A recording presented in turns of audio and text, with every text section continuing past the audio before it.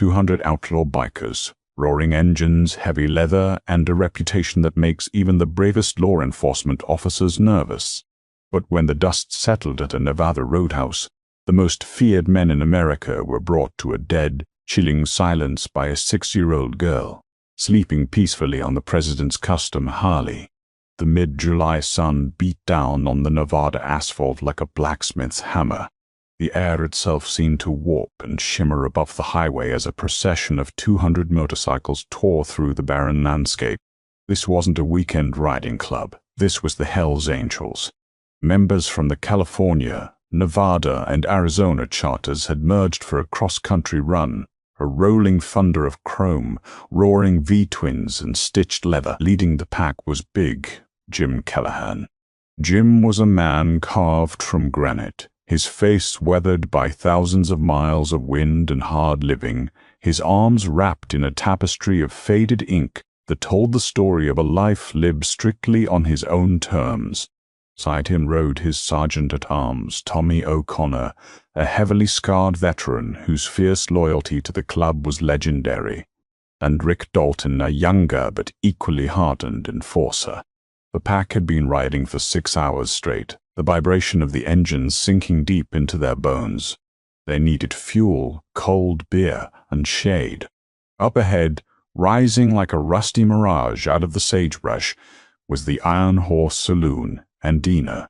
It was a sprawling, dirt-lot establishment that catered to truckers, drifters, and the occasional lost tourist. As the 200 bikers pulled into the lot, the sheer volume of their engines rattled the diner's plate-glass windows. Dust billowed into the sky, coating the neon signs and parked 18-wheelers. Inside the diner, the usual lunchtime chatter died instantly. Waitresses froze with coffee pots in hand. Patrons stared into their plates, praying the leather-clad army would just pass through without incident. Jim kicked down the stand of his custom Harley-Davidson Road King, cut the engine, and pulled off his heavy leather gloves.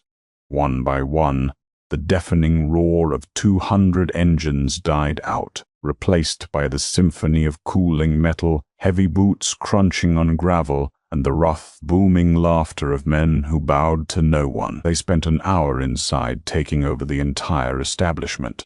They ate burgers, drank cheap draft beer, and shot pool. Despite their intimidating presence, it was a peaceful stop. But the peace was a fragile glass that was about to shatter the moment they stepped back outside. Jim was the first to push through the swinging wooden doors of the saloon, squinting against the harsh afternoon glare. He reached into his vest for a cigarette, chatting over his shoulder with Tommy about the next leg of the route. But as his eyes adjusted to the sunlight and locked onto his motorcycle, his boots stopped dead in the dirt. His cigarette dropped from his fingers. Tommy bumped into him. "What is it, boss?" Jim didn't answer. He just raised a massive calloused hand, gesturing toward his bike. Draped awkwardly across the wide black leather seat of Jim's Road King was a filthy, oversized denim jacket. It wasn't club colors. It was a faded, generic trucker jacket stained with grease and dirt. But that wasn't what had stopped Jim Callahan in his tracks. The jacket was moving. It was rising and falling in a slow, rhythmic motion. Someone or something was breathing underneath it. Instantly, the atmosphere shifted. The relaxed, joking demeanor of the bikers vanished, replaced by a cold, predatory tension. A ripple effect went through the crowd as wordlessly dozens of Hell's Angels fanned out, their hands instinctively resting on heavy belt buckles, heavy chains, or reaching into their cuts. "Rival club," Rick Dalton whispered, stepping up beside Jim, his eyes scanning the empty highway and the desert scrub behind the diner. "Could be a message, could be rigged." "Nobody touches my bike," Jim growled, his voice a low, dangerous rumble. He stepped forward, his heavy boots crunching loudly in the dead-quiet lot. 200 men watched him, perfectly still, perfectly silent. The tension was thick enough to choke on. Jim stopped right next to the bike. He reached out with thick, tattooed fingers and pinched the collar of the dirty denim jacket. He took a breath, bracing for a threat, a bomb, or a gruesome message from an enemy. With a swift motion, he yanked the jacket back. Jim staggered back half a step, the breath knocked out of him more effectively than if he had taken a heavyweight's punch to the ribs. Tommy let out a sharp gasp. A collective murmur of profound confusion rippled through the ranks of the gathered bikers. Curled up on the leather seat, using Jim's rolled-up sleeping bag as a pillow, was a little girl. She couldn't have been older than 6. She was wearing a faded pink sundress that was torn at the hem and covered in dirt. Her bare feet were blistered and caked with dark mud. Her blonde hair was a tangled rat's nest, matted with sweat and dust. But what made Jim's stomach twist into a cold, hard knot were the bruises. Dark purple fingerprints were visible on her small, fragile arms. A fading yellow and green bruise painted the left side of her jaw. In her arms, clutched against her chest like a lifeline, was a ragged, one-eyed stuffed rabbit and a crumpled envelope. The sudden removal of the jacket made the girl stir. She squeezed her eyes shut against the blinding Nevada sun, letting out a soft, whimpering yawn. Then she slowly opened her eyes. She found herself surrounded by a wall of giant, menacing men. Men wrapped in black leather adorned with death's head skulls, chains, and combat boots. Men who looked like monsters from a child's nightmare. Jim braced himself for the inevitable scream. He expected her to burst into tears, to shrink away in sheer terror. He slowly raised his hands, palms outward, trying to look as non-threatening as a 6'4" outlaw biker possibly could. "Hey there, little one," Jim whispered, his voice uncharacteristically soft. "We ain't gonna hurt you." But the girl didn't scream. She didn't cry. She simply sat up, her small hands shaking slightly. She looked at the giant men with eyes that were far too old for her face, eyes that held a bone-deep exhaustion and a terrifyingly numb acceptance of the world's cruelty. She looked directly into Jim's eyes, sensing he was the leader of this terrifying pack. Without a word, she extended her trembling, bruised arm, holding out the crumpled envelope to him. Jim stared at the small, grimy envelope. It had his name written on it in frantic, messy handwriting. Jim Colhan, Hao Zhang's. It wasn't addressed to the club in general. It was addressed to him specifically. He took the envelope from her delicate fingers, the paper feeling heavy as lead in his hand. He looked around. "Where's your mama, kid?" he asked softly. The girl just shook her head, pulling her stuffed rabbit tighter against her chest, her eyes welling with silent tears that carved clean tracks down her dirty cheeks. "Tommy, get her some water, and tell the diner to bring out some pancakes or something." "Move," Jim barked, his authoritative tone snapping his men out of their stunned stupor. Tommy sprinted toward the diner, while a few of the older bikers instinctively stepped closer, forming a protective, human wall around the bike and the girl.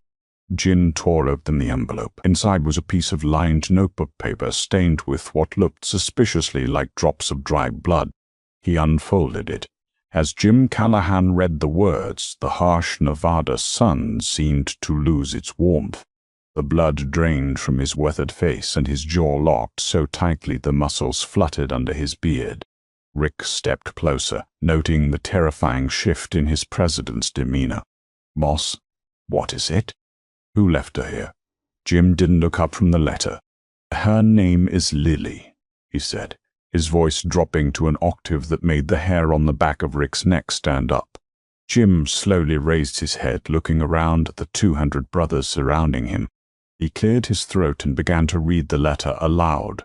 "Jim, you might not remember me, but I remember you. My name is Sarah Harper. I was a waitress at the Broken Spoke down in Fresno 10 years ago. When my old man, Rusty Miller, got sick, you and your boys quietly paid his hospital bills so he wouldn't die in the street. You told me the club takes care of its own, even the ghosts. I'm begging you now to take care of my ghost. By the time you find my daughter Lily, I will likely be dead. My husband, David Trent, is a sheriff's deputy in Washoe County. Everyone thinks he's a hero. He's not. He's a monster. He has been running girls and narcotics across the border, using his badge as a shield. I found his ledgers. I found out what he was doing. He found out that I know. He beat me nearly to death last night, but I managed to escape with Lily while he was coordinating a drop. He has the whole county police force in his pocket. I can't go to the cops. I can't go to the FBI. He intercepts the local dispatch. I tracked your run schedule through a friend. I hit her on your bike while you were inside. Trent is hunting us with tracking dogs and corrupt deputies right now. If he finds Lily, he will kill her to punish me, or worse, sell her into the very rings he protects to ensure my silence. You are outlaws. I know that, but I also know you have a code. Please, Jim, take her away from here. Hide her. Protect her. She is an innocent. Please don't let my little girl pay for my mistakes. Jim finished reading. He slowly lowered the letter. For 10 seconds there was absolute ringing silence. 200 men known for chaos, brawling, and lawlessness stood as still as statues. You could hear the wind whistling through the sagebrush. You could hear the faint tick-tick of the motorcycle exhaust pipes cooling down. No one spoke. They didn't need to. The Hells Angels operated on a fringe of society that was dark and violent, but there were lines. Children were sacred. A man who put his hands on a woman or a child was considered lower than dirt, a target worthy of no mercy. Then a badge who did it while hiding behind the law. That ignited a specific, terrifying kind of fury in the hearts of outlaws. Tommy pushed his way back through the crowd, holding a cold bottle of water and a plate of scrambled eggs. He froze when he saw the faces of his brothers. What happened? He asked, looking at Jim. Jim handed the letter to Tommy. As the vice president read it, his face contorted into a mask of pure, unadulterated rage. He looked at the little girl, taking in the bruises on her arms and jaw once more. "Is this true, Lily?" Jim asked, crouching down so he was eye level with the girl still sitting on his bike. "Did your stepdaddy do this to you?" Lily hesitated. She looked at the tough men, then down at her rabbit. She gave a small, almost imperceptible nod. He hit Mommy with a heavy flashlight," she whispered, her voice tiny and hoarse. "Mommy told me to stay under the jacket and not make a sound until the loud motorcycle stopped. She said the giant men would keep the bad police away." The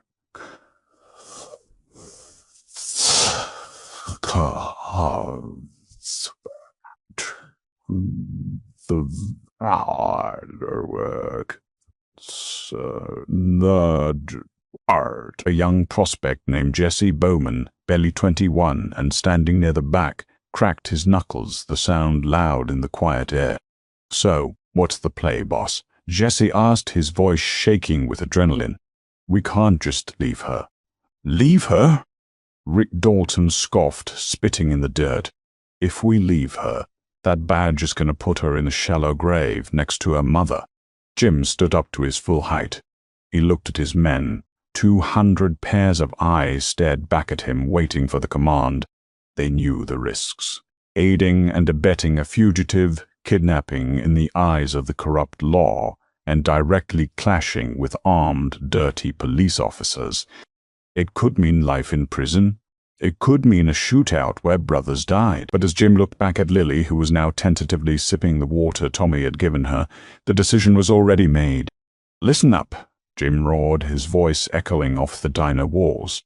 "We got a change of plans. The Nevada run is officially suspended. We are now a protective escort. Tommy, you and the Arizona boys take the vanguard. Rick, you and the San Joaquin charter take the rear. We put the girl in the center of the pack." "Boss," Tommy interrupted, looking out toward the horizon. His eyes narrowed. "We might have a problem." Jim turned. About 2 miles down the long, straight stretch of desert highway, the unmistakable shimmer of red and blue lights was breaking through the heat waves. It wasn't just one car, it was a fleet of 4 Washoe County sheriff's cruisers tearing down the asphalt at 90 miles an hour, heading directly for the Iron Horse Saloon. David Trent had found them. "Mount up," Jim bellowed. "Nobody fires first, but if those dirty badges try to take this girl, you make damn sure they don't leave this parking lot." The silence of the bikers was instantly shattered. 200 men moved in perfect lethal synchronization. They didn't run, they marched to their bikes with a terrifying, deliberate purpose. Engines roared to life, a deafening mechanical war cry that shook the earth. Jim gently lifted Lily off the seat. "Hold on to me tight, kid," he said, wrapping a spare, thick leather vest around her small frame to protect her from the wind and whatever else was coming. He set her in front of him on the gas tank, shielding her with his massive body. "Are you gonna let the bad man take me?" Lily asked, burying her face into Jim's chest. Jim kicked his bike into gear, gripping the handlebars as the 200 bikers formed an impenetrable wall of iron and flesh between his bike and the highway entrance. "No, Lily," Jim growled, his eyes locked on the approaching police sirens. "They have to go through us first, and nobody goes through us." Four Washoe County Sheriff cruisers skidded into the dirt lot of the Iron Horse Saloon, their tires locking and kicking up a massive cloud of gray dust that washed over the front lines of the Hells Angels. The sirens died with a series of sharp, mechanical yelps, leaving only the low, guttural thrum of 200 idling Harley-Davidsons. The cruisers were parked aggressively angled to block the highway exit. The doors popped open, and 4 deputies stepped out. Leading them was a tall, broad-shouldered man with a high and tight haircut, aviator sunglasses, and a sharply pressed tan uniform. His brass nameplate glinted in the sun. Trant. David Trent rested his right hand casually on the grip of his holstered service weapon. He walked forward with the swagger of a man who owned the county, completely accustomed to people cowering the moment he flashed his badge. But as the dust settled, Trent's swagger faltered for a fraction of a second. He wasn't facing a handful of scared civilians. He was facing a solid wall of leather, denim, and tattooed muscle. 200 members of the Hells Angels, shoulder to shoulder, their faces completely unreadable, their eyes locked on him with predatory stillness. In the center of the formation, towering over his bike, stood Jim Callahan. Little Lily was hidden securely behind Jim's massive frame, clutching Tommy O'Connor's leather vest around her small shoulders. "Afternoon, gentlemen," Trent called out, his voice dripping with forced authority. He stopped about 20 feet from the biker front line. His 3 deputies fanned out behind him, looking significantly less confident than their boss. "I'm Deputy Trent. We got a call about a missing child in the area. A little girl. Blonde, pink dress." Jim didn't say a word. He just stared down at the dirty cop, taking a slow drag from a fresh cigarette he'd lit moments before. Trent's jaw tightened. "Now I see a lot of saddlebags and a lot of places a scared little girl could hide. I'm gonna need to inspect this convoy." "No warrants, no searches," Jim rumbled, his voice easily carrying over the idling engines. "This is a private ride, Deputy." "You're interrupting. I don't need a warrant to search for a kidnapped minor." Trent snapped, his polite facade cracking. He took 2 steps forward, his hand gripping his gun a little tighter. "I know she's here. I tracked the mother's scent with the canines right up to this diner, and the diner folks said a little girl was sleeping on one of your bikes. Hand her over, Callahan, or I arrest every single one of you for accessory to kidnapping." A low collective chuckle rumbled through the ranks of the bikers. It was a terrifying sound, dark, mocking, and utterly devoid of fear. Rick Dalton stepped out from the line, spitting a sunflower seed into the dirt near Trent's boots. "You're gonna arrest 200 men with 3 deputies. You better call the backup, Badge. A lot of it." Trent sneered. "I have the entire county police force on speed dial. You want to spend the rest of your miserable lives in a state penitentiary? Produce the girl. Now. "The only place this girl is going," Jim said, his voice dropping to a dangerous, gravelly whisper, "is far away from you." Jim stepped aside just enough for Trent to see Lily sitting on the gas tank of the Road King. At the sight of her stepfather, Lily let out a terrified whimper and buried her face into the leather vest, her small body shaking violently. "Lily, baby, it's Daddy." Trent said, suddenly putting on a sickeningly sweet voice. "Come here, sweetheart. Your mom is worried sick. Her mom is bleeding out on a floor somewhere because you put a maglite to her skull, you piece of garbage," Tommy snarled, stepping up beside Jim. The color drained from Trent's face.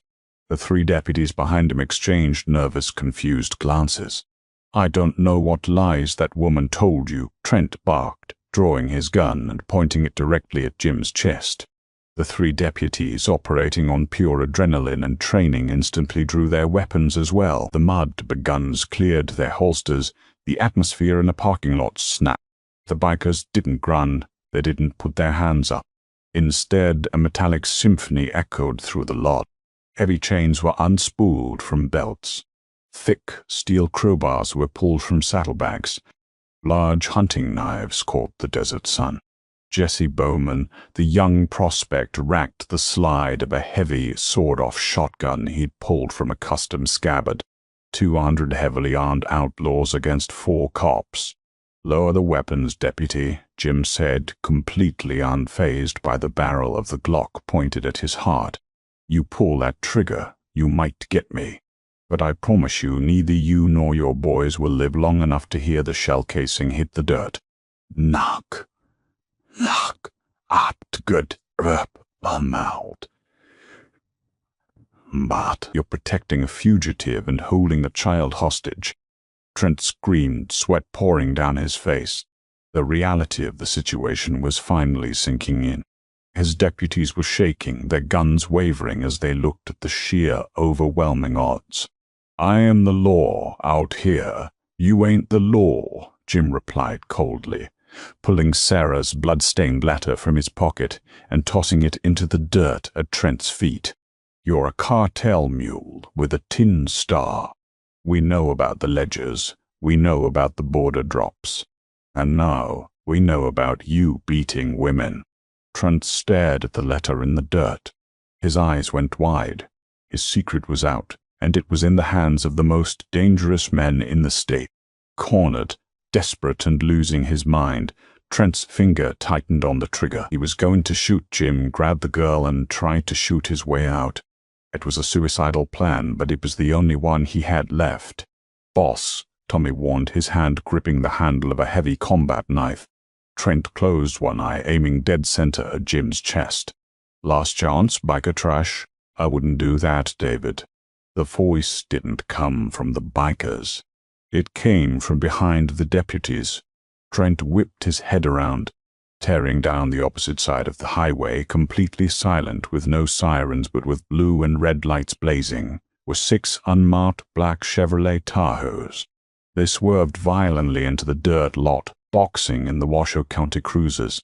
Before the SUVs had even fully stopped, the doors flew open. A dozen men in tactical gear, wearing bulletproof vests emblazoned with 3 bold yellow letters, FBI, swarmed the lot. They were armed with M4 carbines, and every single weapon was trained on Trent and his deputies. "Federal agents, drop your weapons."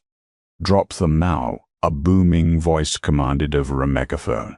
Walking calmly out of the lead SUV was Special Agent Frank Donovan. He was an older, no-nonsense Fed who had spent his career dismantling cartels. Jim Callahan finally allowed a tight, grim smile to cross his face. 20 minutes earlier, while he was reading Sarah's letter inside the diner, he had quietly handed a burner phone to his youngest prospect. He told the kid to call a number he kept hidden in his wallet, a direct line to Agent Donovan in the Las Vegas field office. Jim had worked with Donovan once before, feeding him intel on a rival cartel that was stepping on Hell's Angels territory. They weren't friends, but Donovan knew Jim Callahan didn't lie about dirty cops. Trent's deputies immediately dropped their guns, raising their hands in surrender. They wanted no part of the federal shootout. Trent, however, was frozen. He looked at the FBI agents, then back at Jim, his gun still raised in the air. "Put it down, Trent," Agent Donovan barked, stepping forward. "We raided your house 10 minutes ago. We found the ledgers hidden in the floorboards. We also found your wife. Paramedics have her. She's in rough shape, but she's going to make it. At the news that her mother was alive, a tiny, ragged gasp escaped Lily's lips. She clutched Jim's leather vest tighter, crying tears of pure relief. Trent's shoulders slumped. The empire he had built on corruption and fear had just crumbled into dust in the middle of the Nevada desert. Defeated, he let his gun fall to the gravel. 2 federal agents immediately tackled him to the dirt, viciously wrenching his arms behind his back and snapping heavy steel cuffs onto his wrists. Trent's face was pressed into the very dirt he had threatened to bury his stepdaughter in. Agent Donovan walked over to the biker front line. The Hells Angels slowly lowered their chains and weapons, though they didn't put them away entirely. "Callahan," Donovan said, nodding at the massive biker president. "Donovan," Jim replied, his voice flat. "Took you long enough." "Las Vegas is a long drive, Jim. You're lucky I had a tactical unit running drills in Carson City." Donovan looked past Jim and saw the little girl sitting on the motorcycle. His hard eyes softened. "Is that the kid?" "Yeah, that's Lily," Jim said. He turned and gently picked the little girl up off the bike. She was still trembling, but the terror in her eyes had faded. Jim walked forward and knelt in the dirt so he was eye level with her.